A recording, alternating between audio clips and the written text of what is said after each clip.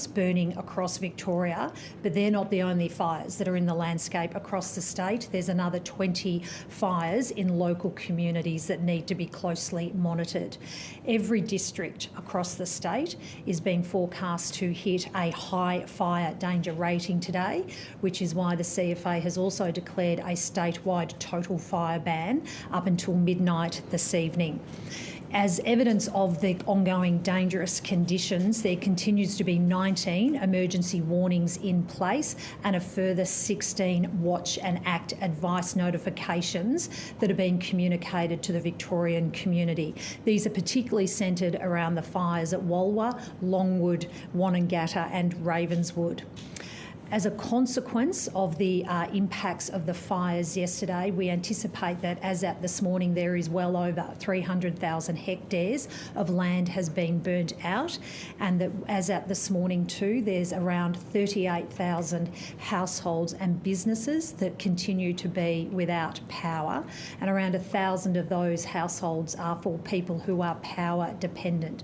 I'd like to emphasise that the power going out yesterday for these homes and businesses was both as a result of the fire, heat and storm events that went across the state.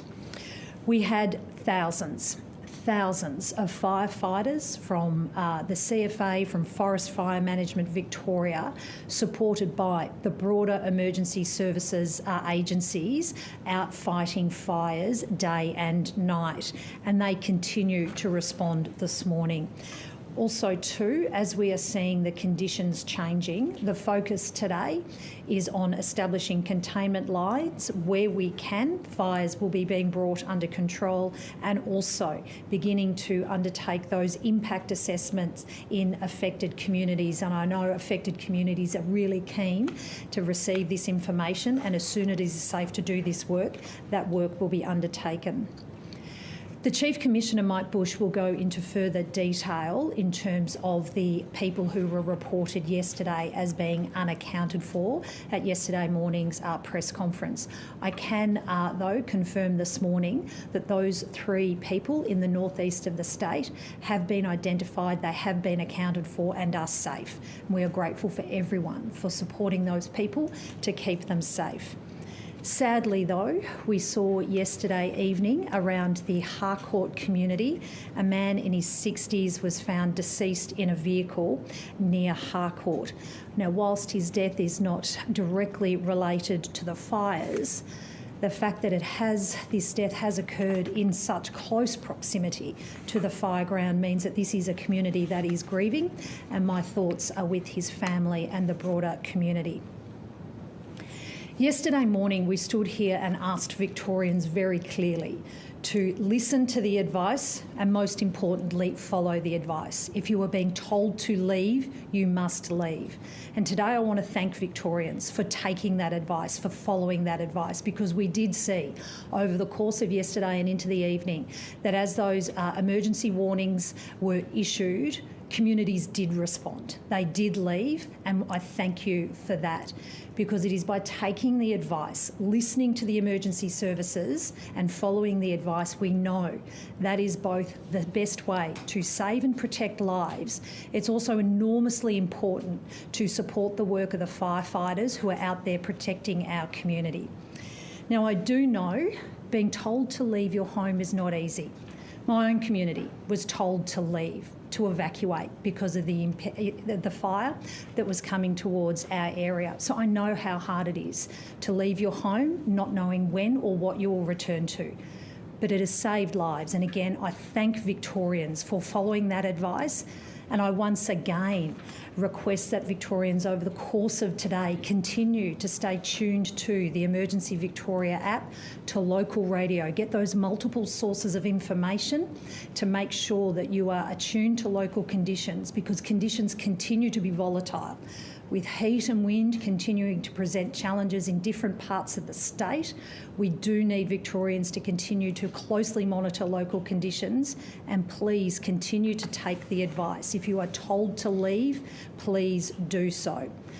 I also want to acknowledge and thank enormously the firefighters and emergency services who've worked through yesterday and into and throughout the evening, the volunteers, the Forest Fire Management Victoria workers and others supporting their efforts who have been on those fire grounds right across the state. They've worked through smoke, heat, exhaustion and incredibly dangerous conditions to protect community and to support locally affected areas. And it's some of the most difficult conditions, particularly overnight. So we thank them for their courage, professionalism and unwavering commitment to keep our communities and people safe. And I also recognise that these Victorians are the best of Victorians and thank them in advance for the work that is going to continue through the course of today, the evening and in the days ahead as these fires continue to have impact across the state.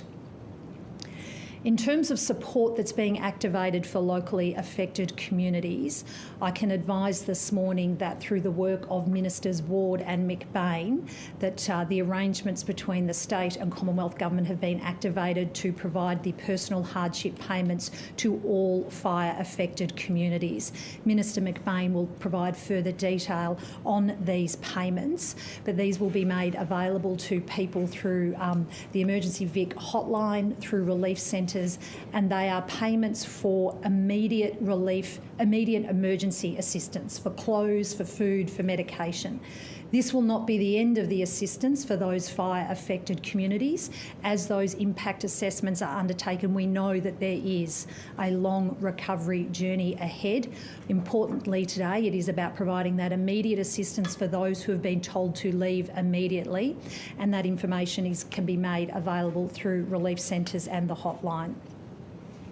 Also too, yesterday evening, on the advice of the Minister for Emergency Services and the Emergency Management Commissioner, I declared a state of disaster across 18 local government areas, those 18 local government areas that have experienced fire in their landscape. I want to be very clear this morning, this has been with one single purpose: protecting and saving Victorian lives. And this gives our emergency services and authorities the ability to require evacuations where lives are at risk, to control movements through what will remain difficult and dangerous fire grounds, movements both in and out of those fire grounds, and ensuring all of our work across government is focused on protecting life and acting without delay. So it does reinforce that message from earlier. If you have been told to leave, you must go. And this declaration provides that additional support for our emergency services because we are seeing these fires continue to be widespread and fast moving. They also have the potential to be devastating. So we'll continue to act without delay to protect lives and also support the work of those firefighters and volunteers who are out there right now protecting communities. Before I hand over to Minister McBain, I'd have one final message, and that is to again repeat, please heed the warnings, follow the advice from our emergency services. And particularly this is a message for those I understand it so well, that there are many in fire-affected communities who are wanting to return home, who are wanting to understand what has happened in their neighbourhood, in their street, in their home. Work is being done right now to make sure that when it is safe to do so, that people will be facilitated to return.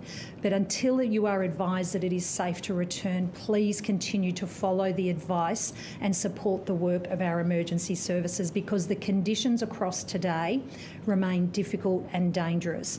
There continues to be strong winds present across Victoria and fires that as a result of that wind and the heat in some parts of the state are unpredictable and can change very, very quickly. What can look safe one moment can be a very dangerous and difficult situation the next. So please continue to stay informed, follow the advice, support our emergency services and take care of family and loved ones. I'll now ask Minister McBain to add to my comments. Thank you, Premier, and thank you to Minister Ward for the constructive discussions we've had over the last few days. Can I start by thanking the thousands of emergency service personnel who have been battling bushfires on the ground here in Victoria but around the country as well. These conditions are severe and they are terrifying, and every Australian thanks you for the work that you are doing across our nation.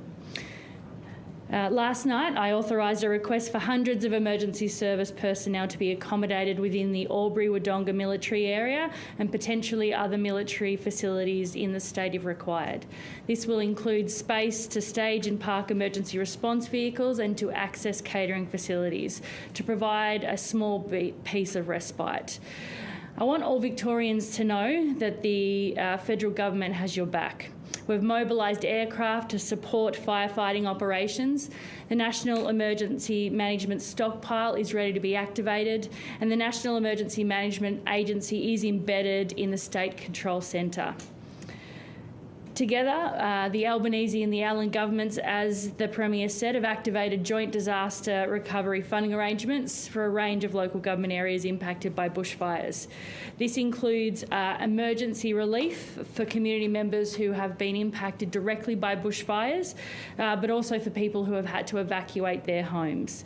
These assistance include one-off payments up to a maximum of $2,380 per family to help cover those immediate essential items, as the Premier outlined.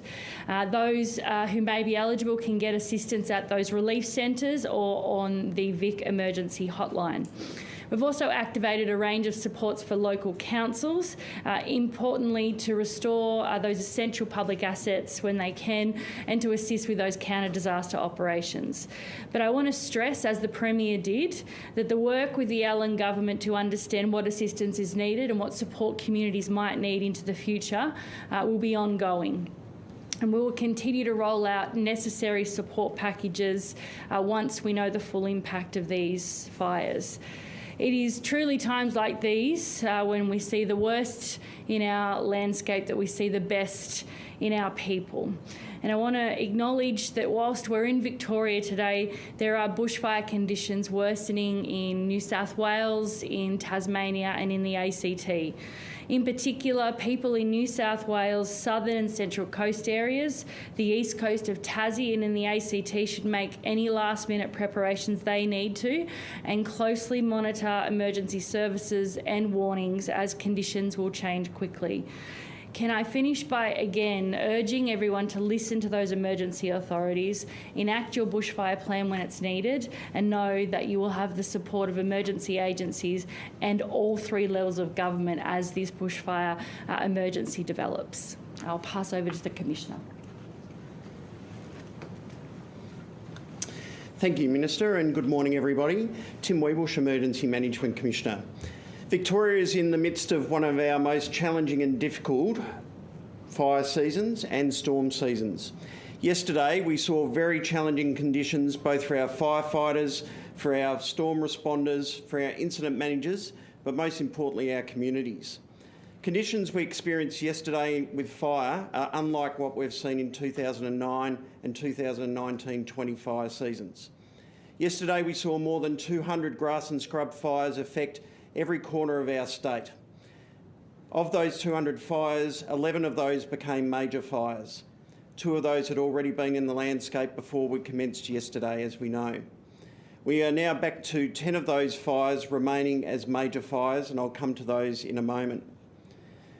Importantly, many of these major fires will continue to burn for days, if not weeks.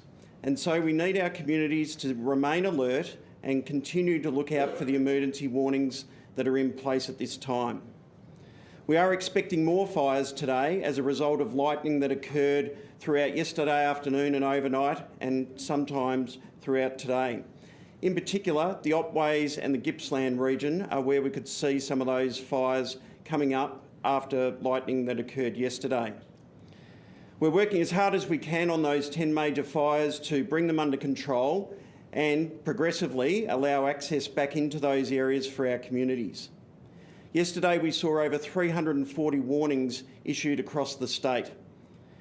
That's a very significant volume of warnings, and we thank you, the community, for heeding those warnings, but we need you to keep looking and reading through those warnings as they're released. Importantly, we did... Just turn the lights back on, somebody, please.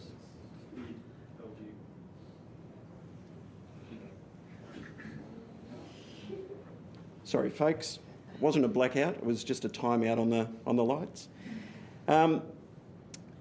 As you may know, we've had potential impact zone maps that were in place yesterday to alert communities as to what the risk of fire might be for communities that were around some of those largest fires.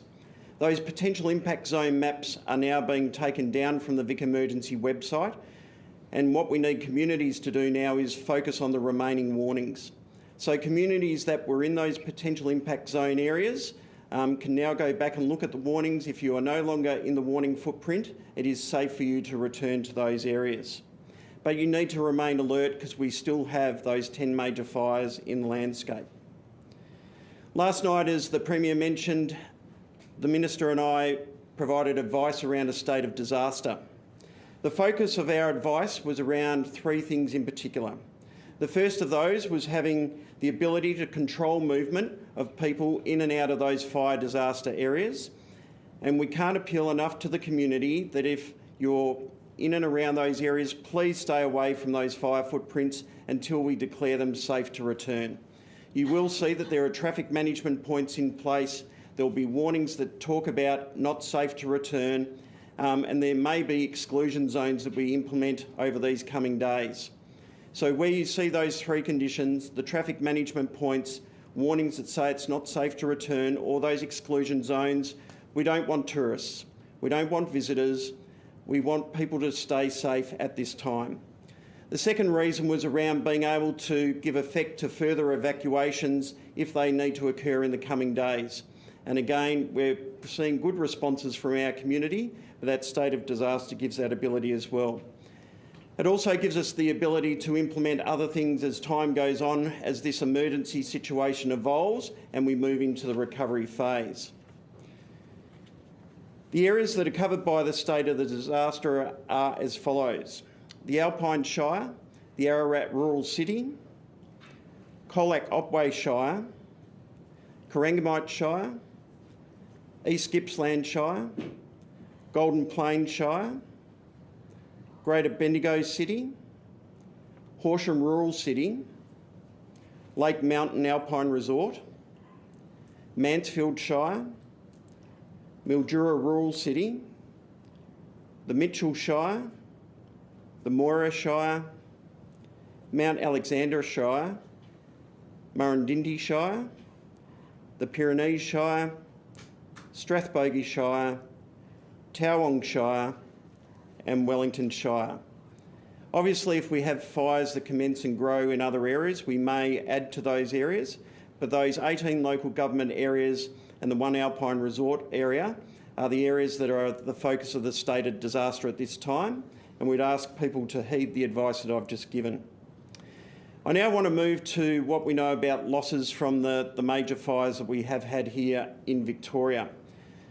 And we have had significant losses both in terms of community assets, residential properties, and our agricultural impacts as well. And our thoughts are very much with communities that have been impacted at this time. At the Ravenswood and Harcourt fire, we've seen the most significant numbers at this point in time. Approximately 50 structures have been already identified as being lost in that fire, but that is a conservative number and we are expecting there could be more. And we've also seen impacts to critical infrastructure, in particular the Bendigo railway line that has been impacted by fire and is now closed and buses are replacing trains. The second largest impact is on the Longwood fire, where we've now seen approximately 30 structures that have been lost. And again, impact assessments are still occurring in that area. But most significantly, we've seen significant livestock, cropping land and vineyards that have also been impacted or destroyed by that fire.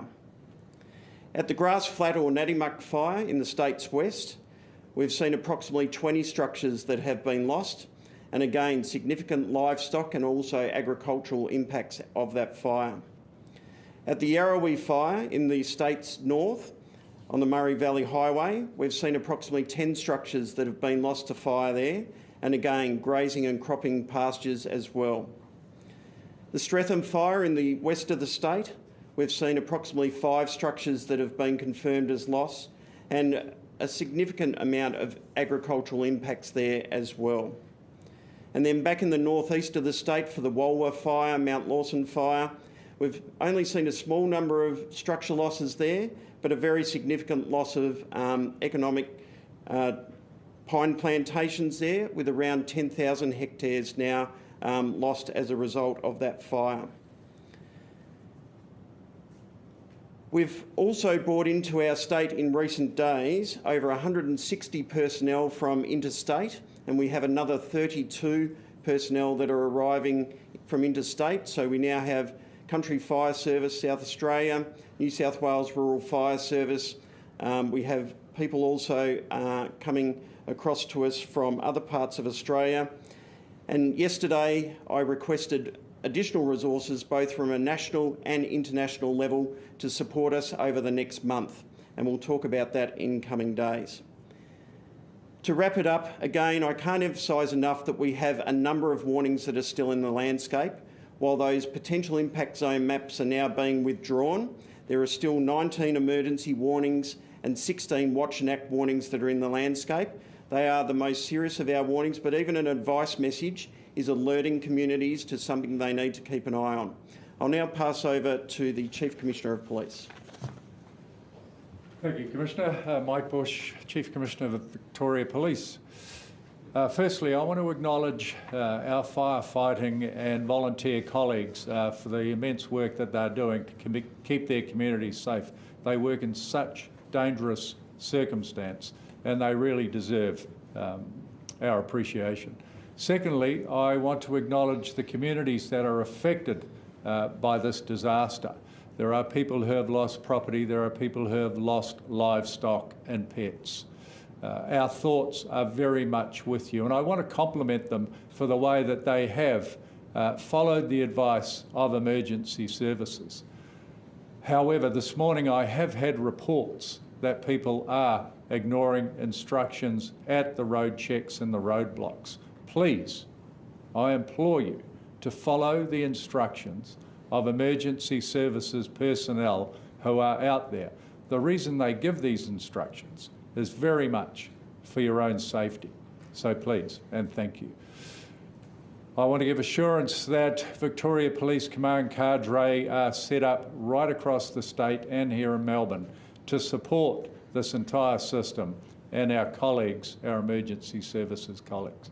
And we have hundreds and hundreds of staff out there working with other emergency services staff to keep people safe. We also have deployed many of our specialist services. I very much want to acknowledge the passing of the gentleman from Harcourt. CFA and ambulance staff discovered a gentleman in his vehicle in a paddock on his property yesterday. The cause of his death is unknown. It doesn't appear to be directly related to fire. However, determining that cause of death is very much a matter for the coroner.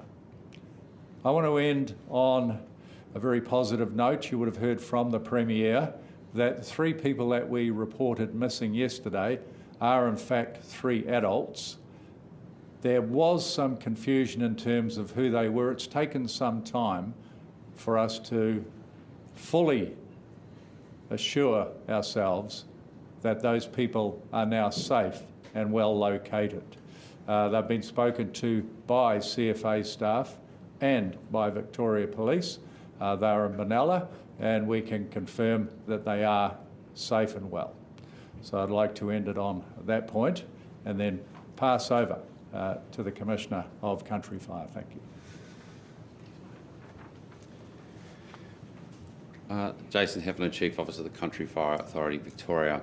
I too would like to echo the sentiments of those that have come before me in my gratitude and thanks to emergency service personnel, including our dedicated and fantastic volunteer and career firefighters from Forest Fire Management Victoria and Fire Rescue Victoria, which have been actively engaged with the CFA and our interstate counterparts in all fire fronts across the state. I also would like to take this opportunity to thank 2 other people that might not initially come to mind initially, and that's one, the employers of our volunteers. Thank you for releasing them from their place of employment or other engagement to get on CFA trucks, to get into the field and do what they do best in protecting Victorians in their time of need. I also want to thank the families of our emergency service personnel. I can only imagine what it must be like on days like yesterday, catastrophic fire days, and hearing the pager of your loved one go off and watching them go out the door and wondering what is going on with them and will they return. Thank you for supporting them. Thank you for being there for them.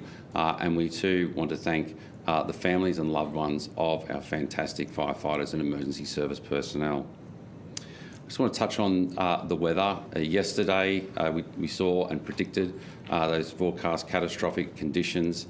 They did unfold as we expected them to, with many automatic weather stations across the state recording in excess of 100 FBI. The highest recording of 129 at Gellibrand. It goes to show the severity of the conditions that our firefighters and emergency personnel and community were facing yesterday. Today, we are expecting and experiencing cooler conditions, but it's those westerly winds that we are continuing to see come across the state and strengthening westerly winds, particularly in the Otway regions, as the Emergency Management Commissioner has pointed out, and also areas of elevation. So that will be affecting the Walwa fires and those fires in East Gippsland, which will too continue to pose an issue for today and communities. I also at this time would like to go to talk and address in respect to three major injuries of firefighting personnel during the course of this fire campaign. We last spoke of a gentleman who severely injured his hand and was brought to Melbourne Hospital yesterday at the press conference. In addition to that, we had another CFA member at the Nunnybuck fire who was hit in the face by a hose, originally transported to Horsham Hospital where he was assessed and later transferred to Melbourne for further medical treatment. In addition to that, we had an interstate firefighter who had a pre-existing condition experience a medical episode that required us to, with the assistance of Ambulance Victoria, to airlift from that fire scene into Melbourne for precautionary measures. I'd like to report that all three firefighters are doing just fine. Over the last 24 hours, we've had senior officers visit, speak and spend time with these people. They are in great spirit, and I know on behalf of all Victorians you'll be passing your thanks and dedication and gratitude for each of them and the sacrifices that they have made. You also in the coming days might hear stories of CFA crews and interstate crews being isolated as a result of falling trees and dangers on the fireground. We had calls last night of a CFA strike team who was unable to get back out on the Longwood fire and subsequently had to spend the evening with communities on that fireground. I just want to thank the communities, the publicans, the shopkeepers and the Airbnb providers that opened up their doors, provided free meals, free accommodation and all wellbeing and support for these firefighters. And it just goes to show how great we can do when we all come in together to look after our fellow Victorians. Throughout the course of the firefight yesterday, a number of crews had cause to initiate their entrapment drill procedures as a result of being overrun by a fire. Unfortunately, I can confirm today that a further CFA tanker was destroyed by fire, having been involved in an overrun situation. The crew implemented their training and procedures, managed to exit the vehicle safe, was withdrawn to a safe area, but unfortunately the vehicle was unable to be put out. Just reaffirming, today still remains a day of total fire ban through to midnight tonight. Such is the ongoing concern that we have for all fire in the landscape, and implore Victorians to monitor their Vic Emergency app, have two sources of information and continue to monitor and maintain your emergency broadcaster and keep up to date with the latest information and warnings. I'd like to now hand over to my colleague Chris Harbin from Forest Fire Management Victoria. Thanks everybody. I'd like to give an update on the Walwa fire and some of the other lesser known fires that are occurring in Victoria as we speak. So the Walwa fire has grown to just under 35,000 hectares. That is a very significant fire. It is in forested landscape, both plantation and native forests. That fire will continue to challenge us for some weeks ahead. And I would like to ask the community to stay very much in tune with what's happening in those fires in that landscape. It's going to be incredibly challenging over the weeks ahead. More broadly, we are in summer in Victoria. These fires are not going away anywhere anytime soon. And in mid-January, we're already looking at the next fire spike day. And at that stage, many of these fires will still continue to grow and threaten communities. So my plea is to ask Victorians, yes, we had a bad day yesterday, but it's early in the summer, and I'd ask that we all stay very vigilant and focused on what's going to happen with so much fire in the landscape. I would ask us to keep a very close eye and continue the support you've given to emergency services so far. I'd also like to discuss 4 fires in the Western Otways as we speak. 4 of those fires around Mount Gellibrand and not too far away from the forest community occurred through lightning late last night. 2 of those fires have been contained through the great work of our firefighters, but 2 of them are still going and will be subjected to winds in excess of 60 to 80 kilometres an hour today. So if you're in those footprints, I ask the community to stay very, very close eye on what's happening in those fires. Just because the heat's gone out today, it doesn't mean these fires will not still present dangers. Stay tuned and follow the directions of emergency services. We also have a very significant fire that has come across the Wonnangatta and is heading towards Dargo today. That fire is at very significant elevation. It's around 1,400 metres above sea levels. So we have northwesterly winds at that altitude, and then the sides of those hills drop down to about 600 metres. And at 600 metres, we've got southwesterly winds. So that's really, really fluky and difficult conditions for firefighters today. So if you are in Dargo, please stay tuned to your warnings. The safest thing to do is to leave always, and we do have really good CFA and FFMVIC resources in Dargo to help protect that community. So hopefully by the end of today we should have a really good handle on what's happening for the residents of Dargo. Finally, we have had more than 13 fires in Far East Gippsland, and all of those fires were held through that extreme fire danger we had yesterday. And I'd just like to commend all of the firefighters that have worked incredibly hard day and night, as the Premier has said, and continue to work on those fires, and they have held those fires. If they had failed yesterday, the Princess Highway would have been closed and communities would have been isolated. So with all of the challenges that we've had, our firefighters had many, many successes, and we don't talk about those things. We are all, of course, understand, and our heart goes out to all of the people who have lost so much during these fires, and that will become clearer in the coming days. And I'd just like to pass back to the Emergency Management Commissioner.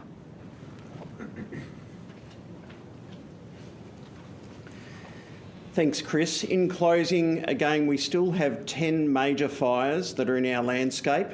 And whilst we saw very challenging and difficult conditions yesterday, both for fire, for storm, with over several hundred requests for assistance to the SES and power outages, we still have risks in our landscape today, and will do, as each of our speakers has just spoken about, for days to weeks. So we need communities to now continue to focus on those emergency warnings and stay out of the areas that have been impacted by fire. We're happy to take any questions you have. Just in terms of that Natimuck fire, were there any issues with the evacuation of the elderly? We heard that there was an aged care facility that might have gone down. Did you have any issues there or health issues with those people? Yeah, look, that Natimuck fire was extremely fast moving, and obviously when you've got fast moving fires, being able to get people out of harm's way is not always possible when it happens so quickly. I'm not aware of any specific issues as it relates to the aged care facility. Is there there anything suggesting any of these fires were deliberately lit? At this stage, we've got a number of large fires in our landscape. Each one of them will be investigated at various points in time, and we will come back to you at some point as we learn and understand how those fires might have started. But as you've heard this morning, a number of those fires have started by lightning across the state. What about machinery or a truck axle having some sparks from a truck axle having some impact on the fires, particularly around Longwood? Jason, I don't know if you've got anything on that one at this. No, at this stage we are still investigating, as I say, each of those significant fires and how they've come about. Just on the Natimak one, I understand without aerial firefighting, what was the firefight like there? Look, I might get Jason to touch on that one in terms of what occurred on that fire yesterday. With that Natimak fire, as you can appreciate, that part of the state was probably subject to some of the worst of the conditions that we had. We always say grass fires they move so incredibly fast, and this fire. By the time we first became aware of it, I was informed. I went into the team and had a conversation, and by the time we got our first word back of a situation from the crews, it was already at 450 hectares. So that is extreme, as you would expect on a catastrophic fire day. Those winds across that area was around 83 to 89 kilometres an hour. In a grassland type environment, the spotting and the speed of which that fire would have moved, it would have been phenomenal. Do you have any intel on how close that fire got to the local aged care centre then?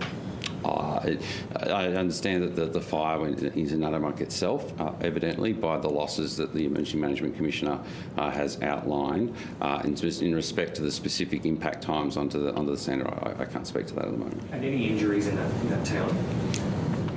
Of firefighters or? Firefighters or locals? Not to my knowledge. In terms of that Walwa fire, a wind change has just hit there. Are the communities east of that fire under any threat? Yes, certainly the communities that are around Corryong, that's probably where the pressure is. Yesterday it was on Tallangatta Valley and Tallangatta and the Grania side, but this right now it's the Corryong community. So the Corryong community are well engaged. There have been community meetings in that landscape, and there is strong township protection works being done by fire agencies. And again, we'd like to thank those community members that have left, because those threats haven't gone away, but the fire conditions are better than they were yesterday. It does give firefighters more options. They can directly attack these fires. Whereas through the worst of the conditions yesterday, it's just too dangerous. So I hope they'll be able to do some great work on that fire today. Have you been able to pay any mind to what role verge management has played in the fires that we saw yesterday? We've got a lot of fires down tree-lined roads. We saw it jump the Calder, the devastating consequences for Harcourt. Can you talk to that topic at all? I might ask the Jason. comment I would make, I guess, there might be some comments or suggestions in respect to grassland fuel loads and fuel loads more particularly. I think I just need to stress that the science tells us when we've got the temperatures that we had, the winds that we had, the relative humidities down to single digits, and the dryness of the fuels. You got to remember, the fuels in this state have been baking for days up until yesterday's event. It doesn't matter what the fuel load would have been. You could have mown your front yard and it would have burnt yesterday under yesterday's conditions. So yes, we did see fires spread very rapidly along roadsides, but I would expect that under those conditions, just like it did in bushland and across paddocks and the likes. But I think it's just indicative of the catastrophic conditions that we forecast and that we actually saw. Just in terms of that Longwood fire, which communities specifically have been impacted? We're hearing Yark, Yea, Alexandra. Can you shed any light on that? The specifics of the impact assessments have been undertaken. Obviously, we know Ruffy was tragically affected. We had reports of fire in and around Alexandra, an ember attack. We also today are keeping a very close eye on the communities of Ilden. Any local community or localities between where the fire started and where it is now will have some degree of impact. And I guess I would also point out, and as the Commissioner has also touched on, yes, there's a focus on properties, yes, there's a focus on structures, but many of our farming and agricultural and rural communities have been affected by these fires, and to them, that's pasture, that's livestock feed, that's fencing, that's agricultural assets, so of which we know there was quite significant across all the fire grounds yesterday. Where was that CFA tank that destroyed? Which fire was it in? It was on the Longwood fire. Are emergency services pleased with Victorians' reactions to your advice, warnings and messages?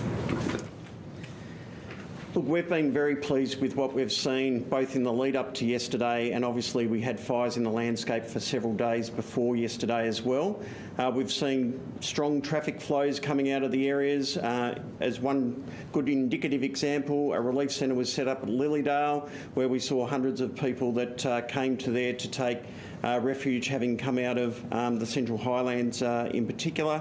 And so, yes, we are very pleased with the responses we've seen of community, and we really call on the community to keep that up over these coming days.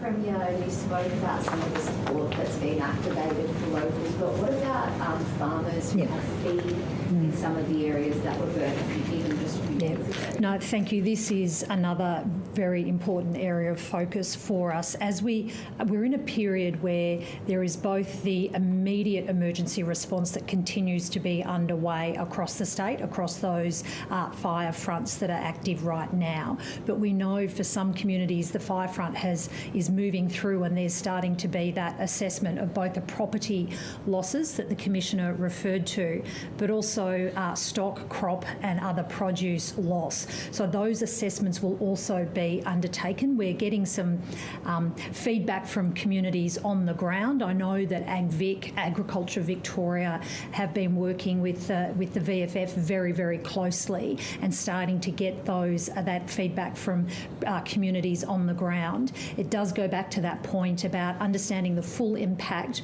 will only be possible once it's safe for the impact assessment teams to go in there and do that assessment. And when those assessments are done, governments, federal and state and local, will be there to support those communities. Whether it's property loss or stock or produce loss, there will be supports available as we work through this next phase, because it is going to be, as we have seen, there's been the impact on property, the impact on the way of life, the economy of many of these communities. For the Harcourt community, it is a thriving apple growing community. For parts of the northeast, there's a lot of stock losses, and there's also fencing as well that will need to be repaired. All of these assessments will be undertaken and the appropriate support that will follow. So it could be days off. Look, it's the advice on when. The answer to when will be when it's safe to do so, and when it is safe to do so will be determined by the emergency services authorities. Because, as I said, whilst in places like Harcourt or around Longwood and Ruffy, the immediate of that fire happened yesterday and the day before, there is still risk in the landscape because of the changing weather conditions, and so it needs to be safe. But I do encourage people who have got information to provide it through those relief centres. There are 16 relief centres. There's the Emergency Victoria hotline and website that information can be sought from as we move to the stage of assessing the damage from these very difficult and dangerous fires. Premier, you mentioned your community was evacuated. Is there any more details that you can share on that? Oh, there's been a lot of local information on the local WhatsApp and local communications, and I just want to use this as an opportunity to thank my community and communities across the state for taking the advice and for leaving. My community left because they were told to leave, and it was the safest and the right thing to do. Many of us had already activated our fire plan. On difficult days like yesterday, fire plans were put in place, and we know this combination of actions is what saved lives and supports our emergency services. I've spoken this morning with the CEO of the Mount Alexander Shire, who's responsible for the Harcourt community, and it looks like that community has been hit really hard. I mentioned the loss of produce, particularly for the apple growing community.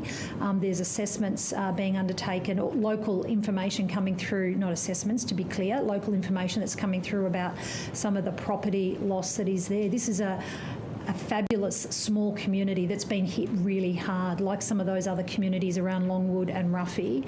And so we'll be continuing to provide support and get that. And also to your question, I should go to the point that your question does underscore there is a keen desire for information. We really, all of us here today standing before you, understand the desire for people to know what has happened in their local communities, to property, to produce, to stock, to fences, to roads. When can we get back in there? And we are working really hard. The teams are working so incredibly hard to get back in there when it is safe to do so. But I cannot emphasise enough, safety is paramount.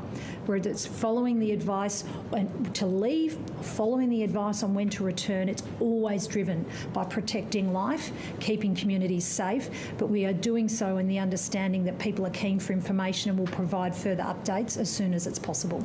Should the Pier Pub have gone ahead when the state's in emergency? I don't have it. Can I check with the Commissioner who can answer that one? Thank you. I'll get the Commissioner to that one. Look, when we have major events in Victoria, we always have our emergency services there providing advice. Ultimately, the decision on whether a major event goes ahead is with the event organisers. Obviously, the Pier Pub is underway today in Lorne. The fire conditions have reduced there, but as you heard earlier, we do have fires in the landscape. But importantly, the Mountain to Lorne event, which was to occur yesterday, was cancelled by the event organisers because that would have taken people into potentially harm's way. And so at this stage, our advice had been that we wouldn't necessarily be able to support the events in the same way, but I understand the Pier Pub is going ahead today. Are you able to provide a rundown on how many homes have been lost in those major fires? Yeah, so the major fires across our state, as I outlined earlier, have totalled over 130 now in terms of structures. So at this stage, we still don't know the specifics as to whether they are homes or other structures.